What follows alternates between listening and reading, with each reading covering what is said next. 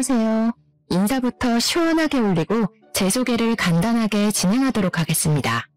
저는 아버지께서 사업체를 운영하신 덕분에 어려움 없이 순탄하게 자라온 30대 후반으로 접어든 여성입니다. 참 세상이 무서운 것도 모르고 부모님의 울타리 안에서 편안하게만 자라왔던 저에게 이런 기가 막힌 사연이 섞인 이야기가 생길 거라곤 상상조차 해본 적이 없었습니다.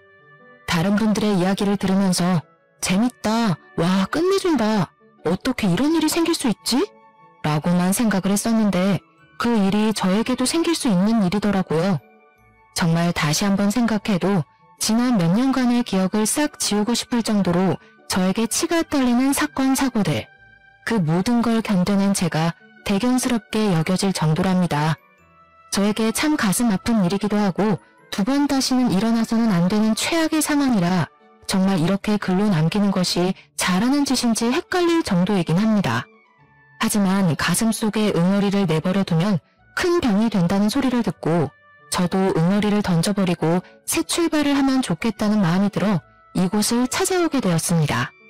기쁨을 나누면 2배가 되고 슬픔을 나누면 반이 된다는 소리처럼 제 이야기를 여러분께 나눠드리고 조각내서 작게 만들어 털어내고 싶습니다.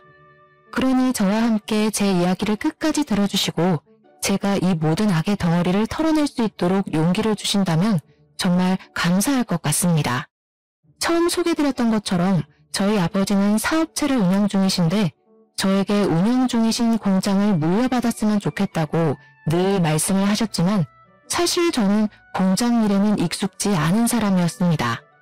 제가 일을 하고 있는 회사가 공장들과 밀접한 관계가 있긴 했는데 저희 아버지는 제가 혹시라도 무설수에 휘말리게 될까봐 저희 회사와는 거래를 하지 않고 계셨습니다.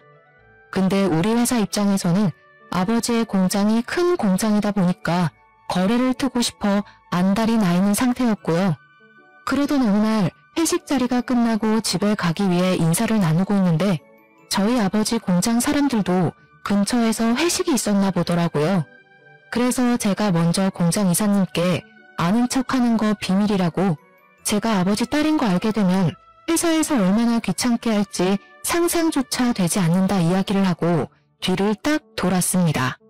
근데 저희 회사 팀장님이 제 뒤에 떡하니 서서 입을 벌린 채 저를 보고 계시는 게 아니겠습니까? 순간 등줄기에서 식은땀이 주룩 흐르더라고요. 저에게 지수씨 땡땡 공장 사장님 딸이야? 하고 물어보는데 팀장님께 제발 비밀로 해달라고 간곡하게 사정사정을 했습니다. 다음 날이 되어서 소문이 퍼다하게 나면 어떡하지 하고 끙끙 앓았는데 다행히 며칠의 시간이 흘렀음에도 아무런 문제가 없었고 저는 팀장님을 신뢰하게 되었습니다. 그러던 어느 날 팀장님께서 저를 호출하셨고 올 게 왔나 하고 고민을 했었는데 팀장님이 저에게 작은 꽃다발을 하나 주시는 게 아니겠습니까? 그동안 저에게 관심이 있었는데 제가 땡땡 공장 딸이라는 걸 알고 거리감이 느껴져 포기를 하려고 했다가 마음 정리가 안 돼서 고백을 하신다는 겁니다. 팀장님의 진솔한 고백에 저는 슬쩍 넘어가게 되었고 서로 조금씩 알아가는 시간을 가지자며 데이트를 하게 되었습니다. 그렇게 1번, 2번, 3번 만나다 보니 연인이 되었고 그 인연이 쭉 이어져 저희는 부부가 되었습니다. 짧다고 생각하면 짧을 수 있는 1년이라는 기간 동안 만났지만 이 사람과 부부가 된다는 것에 대한 후회는 전혀 없었습니다. 시댁에 인사를 드리러 갔을 때 시부모가 저를 쌍수를 들고 환영을 해주시는데 솔직히 몸둘 바를 모르겠을 정도로 우리 복덩이 하면서 저를 챙겨주셨습니다. 사실 제가 살짝 낯을 가리는 성격의 소유자였는데 시모가 저에게 복덩이 하니까 기분이 좋기는 했습니다. 하지만 뭔가 너무 오버를 하는 것 같아서 부담스러웠어요. 밥을 먹을 때도 뭘 먹나 계속 옆에서 지켜보고 옷을 쭉 훑어보시면서 이건 어디 브랜드냐, 어디서 샀냐, 백화점에서 샀냐, 얼마 주고 샀냐. 부담감을 넘어서서 진짜 그 자리에서 사라질 수 있다면 사라지고 싶다는 생각이 들 정도였습니다. 시모가 너무 적극적이라 어떻게 대해야 할지 모르겠더라고요. 시댁과의 식사 자리가 끝나고 남편이 조용히 저에게 물어보더라고요. 혹시 자기네 집이 좀 부담스러웠냐고요. 제가 너무 어색해 보였대요. 우리 엄마는 당신 본다고 상당히 들떠있기도 했고 신나 있었는데 혹시 우리 집이 너네 집보다 못한 집안이라고 생각해서 무시하고 그러는 거 아니지? 네가 만약 집안 재산을 가지고 사람 무시하고 있는 부류라면 나 너무 서운하고 실망스러울 것 같아. 저는 그냥 성격상 시모의 외향적인 모습이 부담스러웠던 것인데 자꾸 자기 집을 무시하는 것 같다고 저를 몰아세우니까 저도 억울하더라고요. 그런 거 당연히 아니에요. 제가 당신을 무시할 것 같았으면 왜 결혼을 하겠다고 대답을 했겠어요? 그래도 영 기분이 언짢네. 그리고 왜 이렇게 예민하게 대답을 하고 그래? 나는 그냥 당신이 우리 엄마한테 살갑게 굴었으면 좋겠다고 생각하는 거지. 아니 제가 뭐 딱 한 번 세게 따져 물었다고 바로 예민하다고 말하는 게 참 어이가 없었죠 뭐. 시모의 외향적인 성격 말고도 시댁에는 또 하나의 문제가 있었는데 남편에게 여동생이 하나 있었는데 할 줄 아는 것이 하나 없는 백수였습니다. 그런데 여동생에게 오래 만난 남자친구가 있었더라고요. 빨리 결혼하고 싶다고 노래를 부르고 있었는데 시댁에서는 경사에도 순서가 있다고 시모의 결혼을 미뤘던 것이었습니다. 그날 시댁에서 인사를 드리고 나오는데 시모가 저를 따라 나오더니 제 손을 꼭 잡고 이런 소리를 하더라고요. 언니 덕분에 저도 8년 만난 남자친구랑 결혼할 수 있게 됐어요. 정말 고마워요. 제가 앞으로 우리 엄마가 시집 노릇하려고 하면 다 막아줄게요. 진짜 잘 지내보고 싶어요, 언니. 저만 믿고 따라오세요. 아셨죠? 그러면서 뭐 자기는 요즘 시대의 여성이니까 신우짓도 안 할 거고 언니랑 친하게 지낼 거라고 말을 하는데 저는 솔직히 그런 신우도 조금 부담스러웠습니다. 아무튼 뭐 그 이후에 남편이랑 저랑 결혼 준비에 돌입을 하게 되었는데 양가가 처음 만나는 상견례 자리에서 시부가 그런 소리를 하더라고요. 사돈어른이 사업을 하시니까 손님도 대부분 사돈어른 손님이 아닐까 싶은데 저희는 뭐 사회생활을 한 게 아주 오래전 일이라 올 손님이 별로 없습니다. 하객수 차이도 많이 날 것 같은데 결혼식 비용을 반반 지불한다는 것이 조금 부당하다는 생각이 듭니다만 저는 그 이야기를 듣고 헛기침을 속으로 삼켜야 했습니다. 아니 올 손님 없다는 게 자랑도 아니지만 그걸 대놓고 말을 하는 것도 좀 어이가 없었거든요. 제가 겉으로 티를 내지는 못하니 저희 부모님의 안색을 조금 살폈는데 아버지께서도 한심하다는 듯한 표정을 순간 지으셨습니다. 물론 사업을 하시는 분이니 표정을 빠르게 갈무리하긴 했지만 뒤이어 나오는 시부의 말에 아버지께서 얼마나 황당한 기분을 느끼셨는지 알 수가 있었습니다. 결혼식 비용을 지불하고 싶지 않다는 듯 말을 하는 시부에게 살짝 비아냥이 섞인 말투로 대꾸를 하셨거든요. 그럼 사돈댁 측에서 참석하실 손님분들은 친척들을 포함한 가족밖에 없다는 말씀이신가요? 예. 저희가 사회생활을 진작에 그만둬서 그러니 결혼식 비용 정도는 사돈어른이 통 크게 내시는 게 어떻겠습니까? 사실 저희 아버지께서 공장 사업을 꽤 크게 하시고 거래처도 많으시니까 아버지 측 손님분들이 많긴 많았거든요. 시댁에서는 기대감이 가득 찬 얼굴로 아버지의 입만 바라보고 있고 하니 어이가 없으셨겠지만 좋은 게 좋은 거다 하시며 넘어가려고 했습니다. 아버지께서는 시댁의 입장을 잘 알겠다고 식장 비용은 우리 측에서 다 지불할 테니 애들을 위해서 신혼여행비는 시댁에서 내주셨으면 좋겠다고 딜을 하셨습니다. 아버지께서도 적선만 할 수는 없으니까 하나를 주고 하나를 가져오겠다 생각을 하신 거겠죠. 그런데 진짜 어이가 없게 그 자리에서 갑자기 시모가 이러는 게 아니겠습니까? 요즘 신혼여행지로 뜨고 있는 게 제주도라고 하던데 유럽인이 미국인이 다녀온 애들이 그러는데 비행기 오래 타서 힘들기만 한다더라. 순간 제주도라는 말이 나오자 제가 다 벙찌게 되었죠. 제주도 신혼여행지는 저희 부모님 세대에 다니던 곳 아니었나요? 제가 당황해서 물만 벌컥벌컥 마시니 저희 부모님도 작게 한숨을 쉬셨지만 시댁은 눈치가 없는지 자기들끼리 하하호호 웃으면서 다른 이야기로 넘어가더라고요. 그날 상견례 자리가 끝나고 집으로 돌아오는데 아버지께서 저에게 살짝 시댁이 거지근성이 있는 것 같다고 돈돈거릴지도 모르니까 조심하라고 신신당부를 하셨습니다. 그래도 제 남편은 됨됨이가 된 사람 같고 자기 일을 열심히 하는 것 같으니 마음에는 들지만 시댁이 걱정이라고 하시면서 저를 안쓰럽게 보시더라고요. 결혼 전부터 너무 걱정거리를 만들어드리는 게 아닌가 싶어서 걱정하지 마시라고 앞으로 잘 헤쳐나가겠다고 약속을 드리며 결혼을 하게 되었습니다. 그런데 헤쳐나가기는 개뿔. 우리 남편이 결혼을 하자마자 언제 그렇게 세심하고 자상한 사람이었던 적이 있었냐는 듯 돌변을 하기 시작했습니다. 그도 그럴 게 결혼식장에 우리 회사 사람들이 축하해주러 죄다 찾아오지 않았겠습니까? 저희 아버지가 혼주석에 앉아있는 걸 보고 다들 놀란 거죠. 신부 측 혼주석에 왜 땡땡 공장 사장님이 앉아있는 거냐고, 지수씨가 설마 땡땡 공장집 딸이냐고 난리가 난 것입니다. 저한테 대놓고 거래를 트게 해달라고 청탁을 하기 눈치가 보인 건지 회사 윗분들이 팀장인 남편에게 거래를 터오라고 계속 지시를 해오고 있었던 것입니다. 저희 아버지는 공장 운영을 하면서 구설수 나오는 걸 가장 싫어하셨기 때문에 일부러 저와 연관된 회사와 거래를 트지 않고 있었던 건데, 그걸 알면서도 우리 남편은 눈치 없이 윗선에다가 자기만 믿으라고 알랑방귀를 잔뜩 끼고 있었던 것입니다. 장인사랑 사위사랑 아니겠냐고 자기만 믿으라고 큰 소리를 떵떵 치고는 오로지 머릿속에 승진만 생각하고 있었던 것입니다. 그날 이후 남편은 저희 아버지를 찾아가서 거래를 했으면 좋겠다, 우리 회사와 거래를 하자고 요청을 했는데 아버지가 딱 잘라 차갑게 거절을 하셨습니다. 그 회사에 우리 딸이 뻔히 다니고 있는데 문제가 생기면 서로 얼굴도 붉히고 해야 하지 않겠나. 그건 내 경영철칙에 어긋나는 일이기도 하고 내키지도 않네. 절대 자네 회사와는 거래를 할 수 없어. 아버지께서 아무리 말을 해도 철옹성처럼 철벽을 치고 받아주지 않으니 남편의 발등에 불똥이 떨어진 것은 물론이고 윗선에서도 수시로 남편을 불러다가 압박을 하기 시작했습니다. 압박이 지속되니까 남편도 당연히 스트레스를 받았겠죠. 그럴 때마다 저를 찾아와서 아버지를 설득해달라고 윽박을 질러대는데 조금 무섭기까지 했습니다. 결혼한 지 몇 년이 지난 것도 아니고 고작 한 달이 지났을 뿐인데 이게 뭐하는 짓이냐고 저도 도리어 남편에게 따져 물었습니다.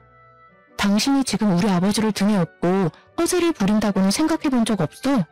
장인어른한테 그런 부탁을 한다는 게 맞는 말이야?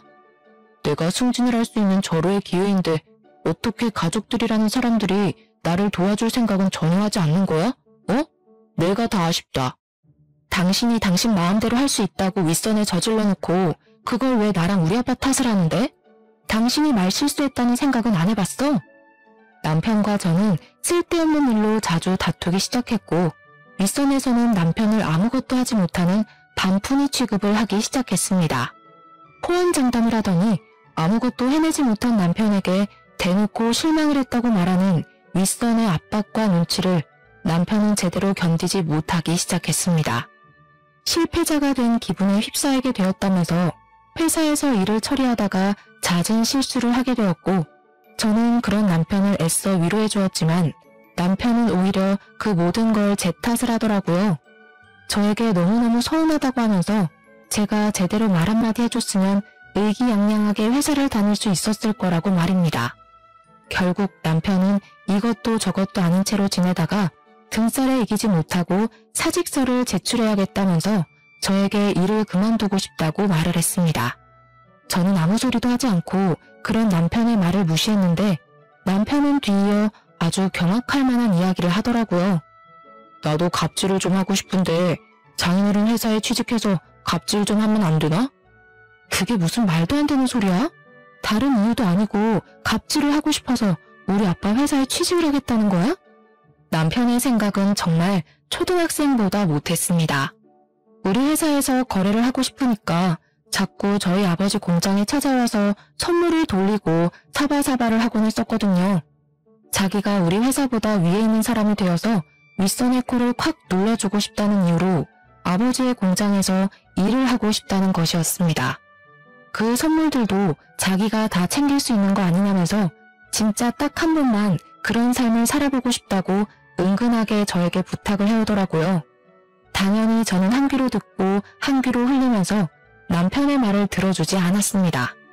하지만 남편은 포기하지 않고 끈질기게 저에게 따라붙으면서 이야기를 해왔습니다. 내가 장인어른 공장에 들어가면 장인어른도 얼마나 든든하고 좋겠어? 사위가 공장도 물려받고 하면 가족 승계도 되고 좋잖아. 그러더니 저희 아버지를 찾아가서 나름의 설득을 했더라고요. 제가 공장 경영에 전혀 관심이 없으니 자기가 하겠다고 말입니다. 당연히 저희 아버지께서는 그런 남편에게 지금 다니는 회사나 잘 다니라고 거절을 하셨는데 시모가 이 이야기를 남편을 통해서 전해들었나 보더라고요. 글쎄 이 망할 시모가 진짜 예의를 밥 말아먹은 건지 몰상식한 건지 저희 아버지께 전화를 걸어서 아들 편을 들었던 것입니다. 사돈어른, 우리 아들이 능력도 좋고 회사에서 팀장직까지 달고 있는 사람인데 공장 경영은 얼마나 더 잘하겠어요. 지금 회사에서 이 거래를 빌미로 우리 아들이 승진하는 걸 막으려고 음해하는 거예요. 워낙 능력이 출중하니까 윗선도 겁이 났겠죠. 우리 아들 데려가겠다는 회사도 한둘이 아닌데 봉잡았다 생각하시고 우리 아들 공장 일 좀 시키셔요. 공장에 취직 안 시켜주면 사돈어른이 손해를 보시는 거라니까. 제 말 한번 믿어보세요. 무슨 약 파는 약장수도 아니고 제가 그 이야기를 아버지께 전해 듣고 얼굴까지 새빨갛게 달아올라서 어쩔 줄 몰라 쥐구멍에 숨고 싶었습니다. 결국 남편은 저에게 일방적인 통보를 남기고 회사를 그만두게 되었습니다. 저는 정말 화가 나서 남편에게 일방적으로 사직서를 내고 통보를 하는 법이 어디 있냐고 따져 물었지만 오히려 남편은 피해자인 척 하더라고요. 본인이 힘들어서 그만두었는데 위로를 해주지는 못할 망정 화만 낸다고 이게 부부냐고 따져 묻는데 도무지 논리가 하나도 없는 징징거리는 말이라 대꾸하기가 싫었습니다. 그 뒤로 남편은 아버지께 3개월이라는 시간을 내내 조른 덕분에 아버지께서 결국 두 손 두 발을 들고 공장에 와서 일을 배워보라고 허락을 해주셨습니다. 남편이 정말 정신나간 놈인 게 첫 출근을 하자마자 사장실에 당당하게 들어가서는 자기 자리가 어디냐고 물어봤다는 겁니다. 아버지께서 너무 황당하고 어이가 없어서 공장에서 일을 하려면 밑바닥부터 일을 해서 실무를 배워야 할 것 아니냐고 남이 떠먹여주길 기다리지 말라고 하셨다고 합니다. 요즘 누가 밑바닥부터 일을 합니까? 실무자가 따로 있는데 바로바로 경영인계 수업 받는 거 아니에요? 제 자리 하나 마련해 주세요. 그런 마음으로 시작할 거면 애초에 시작하지 않는 게 좋겠구먼. 당장 나가주게. 에이 장인어른 너무 삭막하게 그러지 마세요. 농담한 겁니다. 농담. 그래서 저 어디 가서 일하면 될까요? 농담을 할 말이 따로 있지. 아무튼 남편은 뻔뻔하게 공장 실무자들 틈에 섞여서 일을 하기 시작했고 그래도 군소리 없이 공장 일에 잘 적응해서 일을 하는 듯 보였습니다. 그렇게 6개월이라는 시간이 더 흘렀을 어느 날 시댁에서 얼굴 좀 보자고 하시길래 찾아갔더니 신우가 저를 보고 버선발로 뛰어나와서 고맙다고 인사를 하더라고요. 저는 제가 신우에게 따로 뭐 해준 일이 없어서 왜 고마워하는지 의문인 얼굴로 신우를 쳐다보았습니다. 언니, 왜 아무것도 모르는 얼굴이에요? 언니가 우리 예비신랑 취직시켜준 것 아니었어요? 사돈댁 공장에서 일한 지 2달 됐는데 모르셨어요? 저는 옆에서 어깨를 촥 펴고 있는 남편에게 이게 무슨 소리냐고 물어보았더니 남편이 당당하게 자기한테 고마워하라고 말을 하더라고요. 남편이 공장에서 무슨 짓을 하고 다니는 건지 놀래서 따로 알아보니까 글쎄 자기가 공장의 차기 주인이라고 말을 하고 다니면서 직원들에게 자기 라인을 타라고 했다는 겁니다. 지금 사장은 어차피 늙었으니 곧 은퇴를 하게 될 거고 그러면 자연스러운 수순으로 자기가 공장을 물려받게 될 것이라고 하면서요. 그러면서 인사팀에 친한 사람들 만들어두고 자기 지인들 몇 명을 몰래 취업까지 시켰던 것이었습니다. 아버지께서 할 일이 워낙 많으시니 직원들 뽑는 것까지 하나하나 관여를 하지 않으시니까 남편이 가운데서 그런 짓을 하고 있었던 것입니다. 그렇게 1년이라는 시간이 더 지나는 동안 저와 남편의 사이는 점점 더 막장으로 변질되었습니다. 남편은 공장에서 자기 라인의 사람들을 키워가며 아버지와 제가 모르는 본인의 세력을 키워나가고 있었습니다. 엎친 데 덮친 격으로 저희 아버지께서 너무나도 갑작스럽게 당뇨의 합병증까지 찾아오게 되면서 출퇴근을 하시는 것도 제대로 하실 수 없을 정도로 최약해지셨습니다. 남편과 제 사이가 나빠지고 남편이 공장에서 세력을 키워나갈수록 시부모와 신우 또한 저에게 빈정거리기 시작했습니다. 이 사람들이 참 올챙이적 시절은 생각도 못하는 거죠. 너는 앞으로 시댁에 더 잘하도록 해라. 우리 아들이 너네 아버지 뒤를 이을 건데 너도 이제 회사 그만두고 내조를 하는 게 어떻겠니? 저도 지금 제일 잘하고 있는 중이에요. 다음 달에 승진을 할 것 같기도 하고요. 승진을 하면 뭐하니? 우리 아들이 곧 공장장이 될 건데. 그러면 넌 그냥 옆에서 예쁜 인형처럼 조신하게 굴기만 해도 돈이 굴러 들어올 것 아니야. 어머님, 그게 무슨 말씀이세요? 저도 저 나름대로의 직업의식을 가지고 일을 하고 있다고요. 그래봐야 푼돈이면서. 너 얼마 전에 우리 딸 결혼 선물로 고작 화장품 몇 개 사줬다며? 우리 사위가 공장에서 일을 하고 있으니까 선물로 전모자리 하나 주라고 해라. 사돈어른 돌아가시고 나면 어차피 물갈이도 싹 될 텐데 가족끼리 한 자리씩 차지하면 서로 좋지 않겠니? 전모자리는 연봉이 억 단위겠지? 너무 좋겠다. 언니 결혼 선물 이야기가 나와서 말인데 나 외제차 한 대 사주면 안 될까? 그래, 그 정도 통 크게 굴어야지. 무려 공장장 부인이 될 건데. 나는 요즘 알보석이 그렇게 예쁘더라. 며느리 덕 좀 보자. 시댁 식구들은 마치 저에게 돈이라도 맡겨놓은 사람처럼 돈돈거리며 제가 뭐 하나라도 더 해주기를 기다리고 있었습니다. 저는 시댁의 그런 뻔뻔한 모습에 치가 떨리게 되었고 변해버린 남편까지 적응이 되지 않아서 하루하루 피가 마르는 일상을 살고 있었습니다. 아버지의 병환이 점점 깊어지자 시댁은 벌써 공장이 자기들 것이라도 된 듯 당당하게 굴었고 저희 어머니께도 막말을 퍼붓고는 했습니다.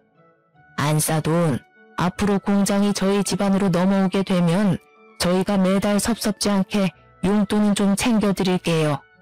그래도 한 달에 50만 원 정도 드리면 생활하시는데 큰 불편함은 없지 않을까요? 딸한테 얹혀 살 순 없으니 일은 하셔야겠네. 저는 그런 시댁에게 무척이나 화가 났고 어떻게든 시댁에 복수를 하고 싶다는 마음이 스멀스멀 피어올랐습니다.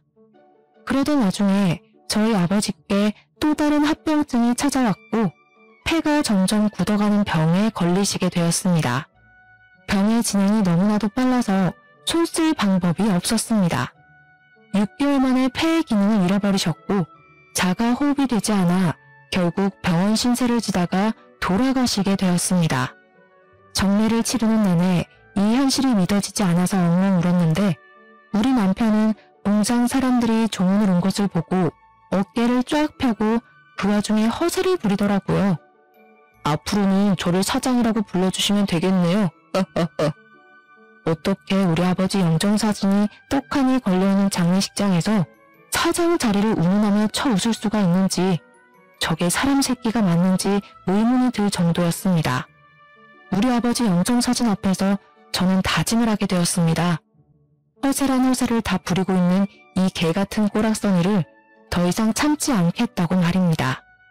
그런데 정말 하늘이 도운 건지 뭔지 아버지 장례식장에서 이혼을 결심하면서도 정말 이혼까지 하는 것이 맞을까 고민을 하던 순간 충격적인 것을 목격하게 되었습니다. 생전 처음 보는 여자가 아버지 장례식장에 조문을 와서 누군가 싶어 한참을 바라보았는데 갑자기 남편이 허둥지둥하는 게 아니겠습니까?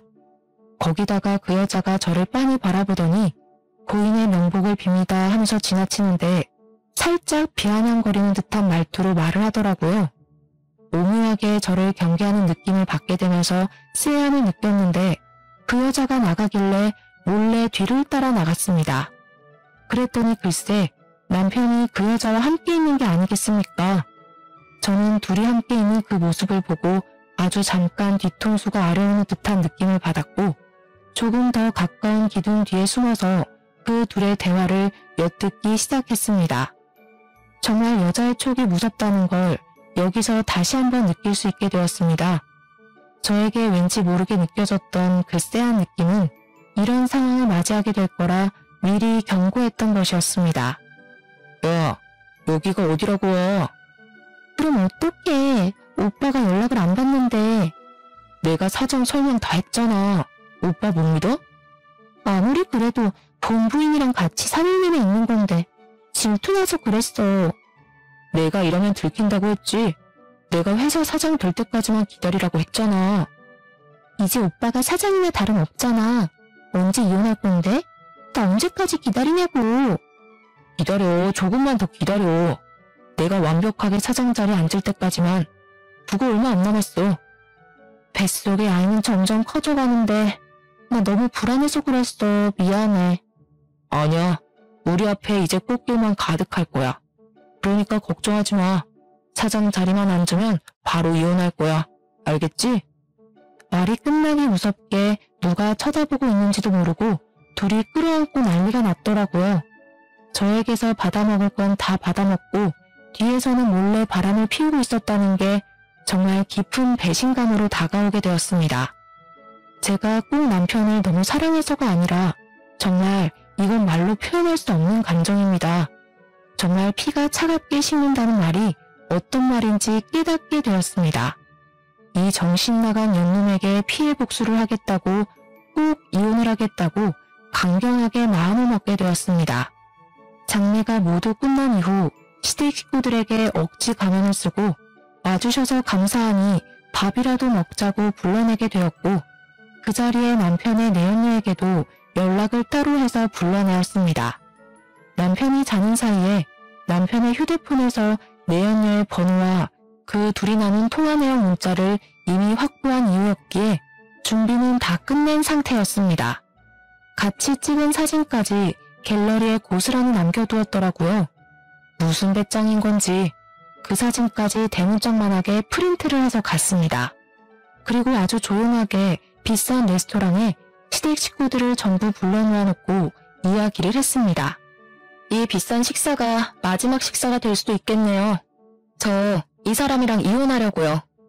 제가 이혼 이야기를 꺼내자 시부모의 신우 시매부까지 전부 눈을 동그랗게 뜨고 저를 바라보는데 남편 입꼬리가 실룩실룩 움직이더라고요. 그러더니 마치 저를 생각해주는 척 말을 꺼내는 게 아니겠습니까? 당신 나랑 이혼을 하겠다고? 갑자기? 공장 주인이 이제 나로 바뀔 텐데 이렇게 물러나면 당신은 뭐 먹고 살게? 설마 그 회사 다니면서 먹고 살만하다 생각하는 거야? 나야 고맙지. 그래 잘됐다. 안 그래도 바깥일하는 며느리 좀 별로였어. 애나 키우면서 집에서 남편 내조를 할 줄 알아야지. 우리 아들이 공장 주인이 될 텐데 너 진짜 괜찮겠니? 나중에 이혼 못한다 돈 내놔라 딴소리하기 없기야. 저는 아무 말도 하지 않고 제 앞에 놓인 음식을 노려보다가 저 멀리서 걸어오고 있는 남편의 내연녀를 크게 불렀습니다. 내연녀는 제가 왜 보자고 했는지 전혀 모르는 상태에서 불안한 마음을 가지고 걸어오다가 남편은 물론이고 시댁 식구들까지 전부 자리에 있는 걸 보고 흠칫 놀라더라고요. 멈춰서서 저를 바라만 보고 있길래 제가 직접 내연녀가 있는 그곳까지 걸어서 그녀의 팔을 잡고 시댁 식구들이 있는 테이블로 걸어 들어왔습니다. 남편은 제가 내연녀의 존재를 알고 있었다는 사실을 전혀 모르고 있었기 때문에 동공에 지진이 난 상태로 저를 바라보고 있었습니다.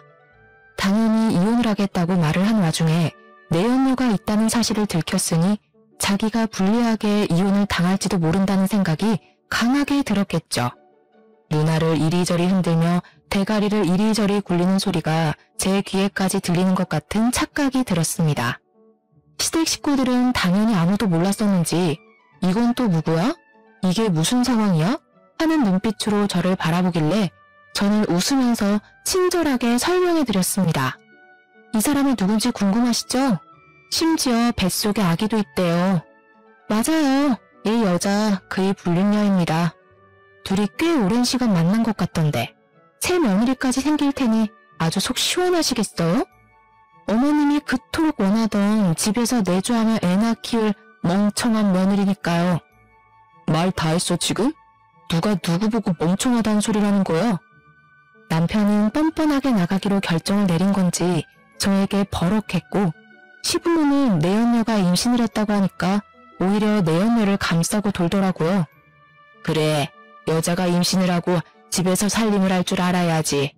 솔직히 그동안 너 마음에 안 들었다. 네가 조용조용 할 말 다 하고 살 때마다 돈 없는 우리 집안이 얼마나 초라해 보였는지 몰라. 하지만 이제 우리도 돈이 있는 집안이다. 네가 무시할 집안이 아니다 이 소리야. 저는 그때 피식피식 새어나오는 웃음을 참으려고 하지 않고 쪼개면서 우리 아버지께서 몇십 년간 의지해오신 변호사님을 모셨습니다. 제가 미리 변호사님께 이혼에 대한 상담을 했었고 그 과정에서 아주 중요한 사실을 하나 알게 되었기 때문에 제 복수의 마지막을 화려하게 장식하기 위해선 필수로 오셨어야 했습니다. 저는 가슴이 두근거리는 감정을 애써 숨기지 않고 변호사님께 웃으면서 인사를 건넸습니다. 머리가 희끗하신 변호사님이 서류 가방을 들고 자리를 차지하니 시댁 식구들은 이게 또 누군가 무슨 일이 벌어지는 건가 하면서 다시 한번 저를 바라보셨습니다. 영문 모를 일이 자꾸 생겨나니까 시댁 식구들의 이목이 집중되었고 저는 변호사님을 향해 고개를 끄덕이자 변호사님은 유언장을 읽어주셨습니다. 그 유언장은 우리 아버지께서 돌아가시기 전 변호사님과 함께 작성한 법적 효력이 있는 유언장이었습니다. 고인이 되신 김병찬 사장님의 유언을 전달하겠습니다. 고인이 보유 중이던 공장 지분 45% 모두 따님이신 김지수 씨에게도 양도되었음을 알립니다. 생전에 미리 작성해두신 공장 대리인 계약서에 따라 대표직은 따님이신 김지수 씨가 임명받게 되었음을 알립니다. 변호사님의 말이 끝나기 무섭게 남편이 벌떡 일어서서는 변호사님의 멱살을 잡고 흔들면서 이게 무슨 말도 안 되는 소리냐고 윽박을 질렀습니다. 이성을 잃고 눈가를 뒤집으면서 달려드는데 우리 유능한 변호사님이 법적으로 고소라도 때리면 어떻게 수습하려고 저러나 싶은 마음이 들더라고요. 남편이 너무 제가 원했던 대로 반응을 해주니까 저는 오히려 신이 나서 어쩔 줄 모르겠더라고요. 이게 무슨 말도 안 되는 소리야. 내가 다른 사람도 아니고 내가 밑바닥부터 쭉 경영 수업을 받았는데 왜 아무것도 모르는 저 여자가 그 자리에 앉아? 고인이 되신 김병찬 사장님께서 공증까지 받으신 유언장이기 때문에 법적 효력이 있습니다. 참나 어이가 없네.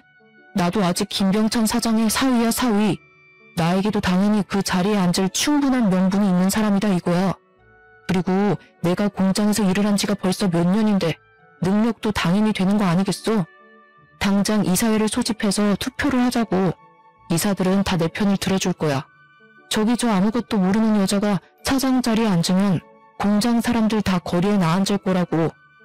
저는 변호사님의 멱살을 잡고 뒤흔들며 소리치는 남편의 손을 정말 있는 힘껏 때렸습니다. 남편은 순간 전해진 통증에 놀라서 멱살을 잡고 있던 손을 놓치게 되었습니다. 야, 너는 돌대가리니? 당연히 구멍가게도 아니고 직원을 수십 명이나 데리고 있는 회사에서 차장 자리에 앉겠다고 하면 누구나 앉을 수 있는 건 줄 알았어? 지분이라는 것도 모르면서 무슨 사장을 하겠다는 거야?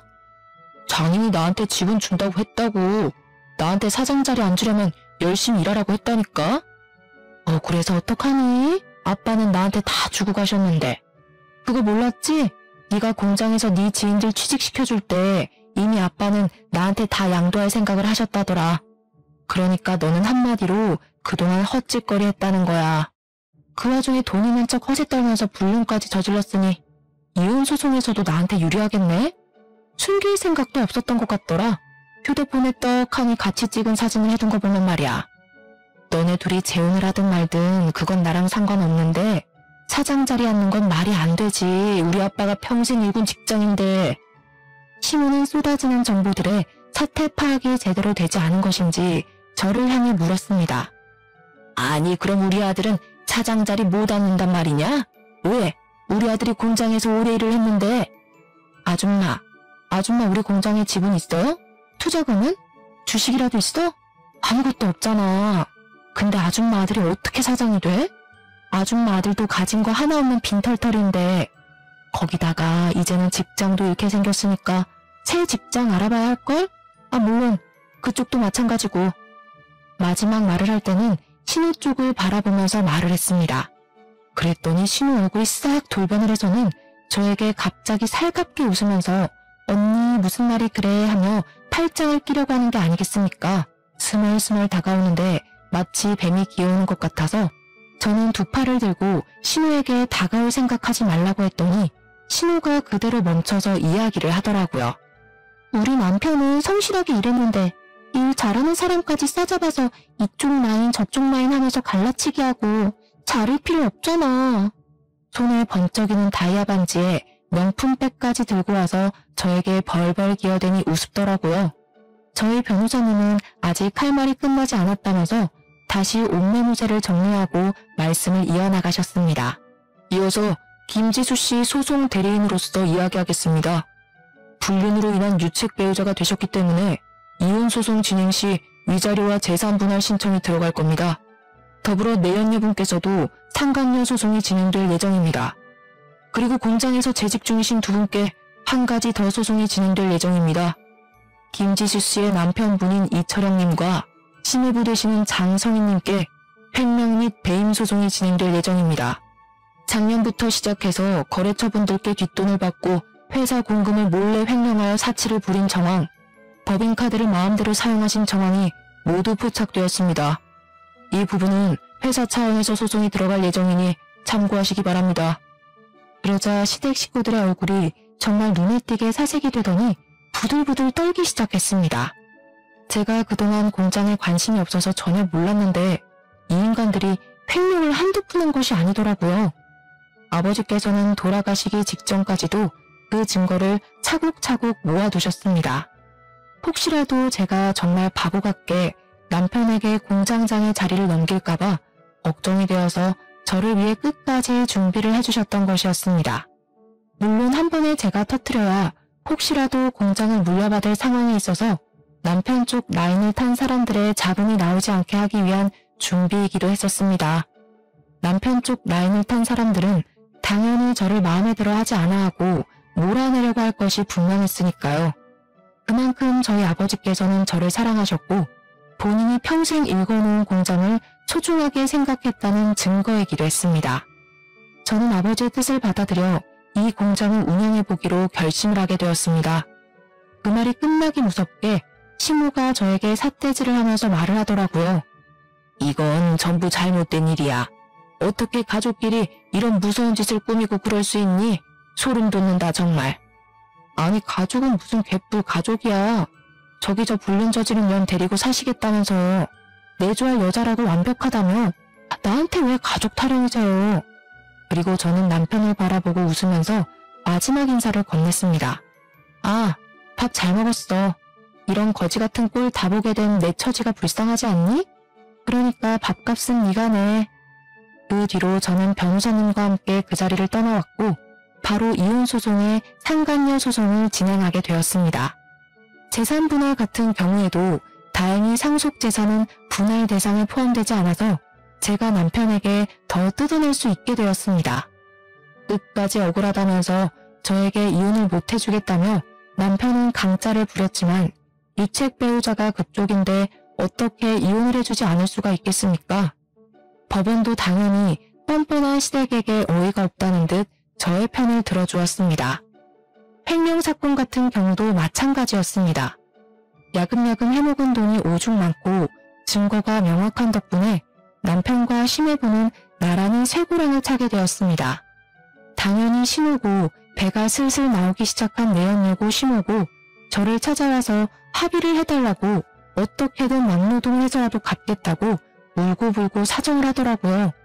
범죄 기록에 빨간 줄이 그어지게 되었으니 앞으로 어느 회사도 취직을 해서 일하기 어려워질 것이 분명하지 않겠습니까? 그러니 합의라도 해야 한다고 생각을 했는지 돈 갚겠다는 말만 주야장천 하더라고요. 진심이 느껴지지 않았습니다. 그래요? 내일까지 돈 해올 수 있어? 장기라도 팔아서 준비해 올래? 아니면 나도 못 기다려줄 것 같은데. 내가 왜 당신들 편의를 봐줘야 하지? 당신은 동정심도 없어? 내 뱃속에 아이가 들어있다고. 어머머, 불륜의 씨앗이 들어있다는 거 잘 알겠어. 근데 내 새끼는 아니잖아. 내가 동정해야 할 이유도 당연히 없고 이만들 꺼지세요. 경찰에 신고하기 전에. 결국 합의는 이루어지지 않았고 남편과 심해부는 교도소에 수감이 되게 되었습니다.